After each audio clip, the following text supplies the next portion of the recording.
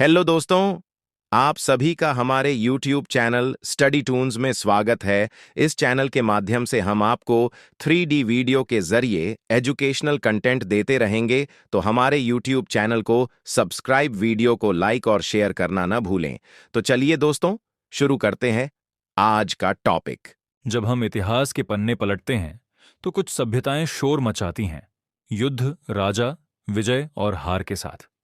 लेकिन एक सभ्यता ऐसी भी है जो बिना शोर किए, बिना किसी लिखी हुई कहानी के, आज भी हमें सोचने पर मजबूर कर देती है। यह है सिंधु घाटी सभ्यता। लगभग 5000 साल पहले, जब दुनिया के कई हिस्सों में इंसान अभी छोटे छोटे गांवों में रहता था, तब भारत और पाकिस्तान के क्षेत्र में एक ऐसी सभ्यता विकसित हो चुकी थी जो अपने समय से कहीं आगे थी। इस सभ्यता का विस्तार सिंधु नदी और उसकी सहायक नदियों के किनारे हुआ। आज के भारत, पाकिस्तान और अफगानिस्तान तक इसके अवशेष मिले हैं।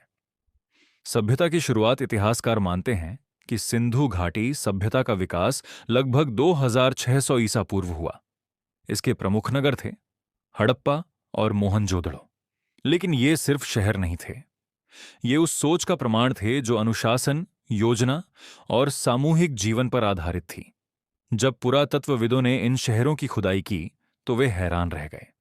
शहर जो योजना से बने थे, इन शहरों की सबसे बड़ी विशेषता थी नगर योजना। सड़कें सीधी थीं, गलियां एक दूसरे को समकोण पर काटती थीं। हर शहर को अलग अलग भागों में बांटा गया था, ऊंचा नगर और निचला नगर। घरों का निर्माण एक ही आकार की पक्की ईंटों से किया गया था। यह दिखाता है कि उस समय माप और मानक पहले से तय थे। आज भी जब हम शहरों की अव्यवस्था से परेशान होते हैं तो सिंधु घाटी सभ्यता हमें चुपचाप आईना दिखाती है। स्वच्छता, समय से आगे की सोच। लेकिन जो बात इस सभ्यता को दुनिया से अलग बनाती है वह है स्वच्छता व्यवस्था। लगभग हर घर में स्नानघर था और हर स्नानघर एक ढकी हुई नाली से जुड़ा था। ये नालियां पूरे शहर में फैली हुई थीं और गंदा पानी शहर के बाहर ले जाती थीं। आज जहां कई आधुनिक शहर स्वच्छता से जूझ रहे हैं, वहीं 5000 साल पहले सिंधु घाटी के लोग इस विषय में हमसे आगे थे। महान स्नानागार मोहनजोदड़ो में मिला महान स्नानागार इस सभ्यता का एक अद्भुत उदाहरण है। यह कोई साधारण तालाब नहीं था। यह पक्की ईंटों से बना था, चारों ओर कमरे थे और पानी के आने जाने की पूरी व्यवस्था थी। इतिहासकार मानते हैं कि यह स्थान धार्मिक या सामाजिक अनुष्ठानों के लिए प्रयोग किया जाता होगा। यह बताता है कि इस सभ्यता में सामूहिक जीवन और अनुशासन बहुत महत्वपूर्ण थे। कृषि और भोजन, सिंधु घाटी के लोग मुख्य रूप से किसान थे।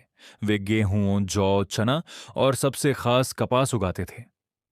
यही कारण है कि दुनिया में कपास की खेती का सबसे पुराना प्रमाण यहीं से मिलता है। नदियों का पानी उनकी खेती की रीढ़ था, लेकिन शायद यही नदियां से आगे चलकर उनके पतन का कारण भी बनी। व्यापार और संपर्क, सिंधु घाटी सभ्यता के लोग केवल अपने क्षेत्र तक सीमित नहीं थे। वे दूर दूर तक व्यापार करते थे, यहां तक कि मेसोपोटामिया जैसी सभ्यताओं से भी। खुदाई में मिले मोती, मणियाम, तांबे के औजार और सीपियां इस बात का प्रमाण हैं। व्यापार में प्रयोग होती थीं छोटी छोटी मोहरें। मोहरें और रहस्यमय लिपि। इन मोहरों पर जानवरों की आकृतियां होती थीं, बैल, गैंडा, हाथी। साथ ही होते थे कुछ अजीब चिन्ह। ये चिन्ह सिंधु लिपि कहलाते हैं। आज तक दुनिया का कोई भी विद्वान इस लिपि को पूरी तरह पढ़ नहीं पाया है। शायद यही कारण है कि यह सभ्यता हमसे आज भी अपनी बातें छुपाए हुए है। धर्म और विश्वास, सिंधु घाटी सभ्यता में मिले अवशेष बताते हैं कि लोग प्रकृति से जुड़े हुए थे। मातृदेवी की मूर्तियां, पेड़ पौधों के प्रतीक और पशुओं की पूजा इसके प्रमाण हैं। कुछ विद्वान मानते हैं कि यहां शिव के प्रारंभिक रूप की भी पूजा होती थी। हालांकि किसी भव्य मंदिर या विशाल मूर्ति के प्रमाण नहीं मिले हैं। यह सभ्यता दिखावे से नहीं, संतुलन से चलती थी।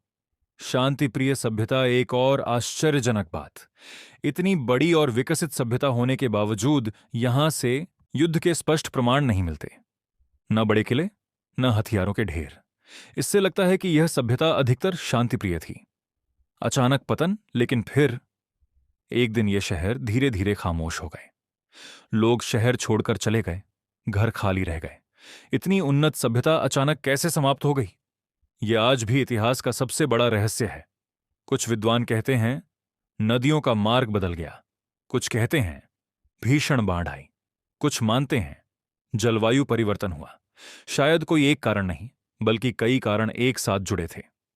सभ्यता की सबसे बड़ी सीख सिंधु घाटी सभ्यता हमें यह सिखाती है कि सभ्यता सिर्फ राजाओं और युद्धों से नहीं बनती। सभ्यता बनती है अनुशासन से, स्वच्छता से, सामूहिक सोच से और प्रकृति के साथ संतुलन से। यह एक ऐसी सभ्यता थी जिसने बिना शोर मचाए इतिहास में अपनी जगह बना ली, और आज भी उसकी ईंटें हमसे चुपचाप पूछती हैं, क्या हम सच में प्रगति कर रहे हैं या सिर्फ आगे बढ़ते हुए पीछे छूट रहे हैं? सिंधु घाटी सभ्यता भले ही खामोश हो गई हो, लेकिन उसकी सीख आज भी जिंदा है। इस वीडियो से आपको कुछ सीख मिली हो तो चैनल को लाइक, कमेंट और सब्सक्राइब जरूर करें। धन्यवाद।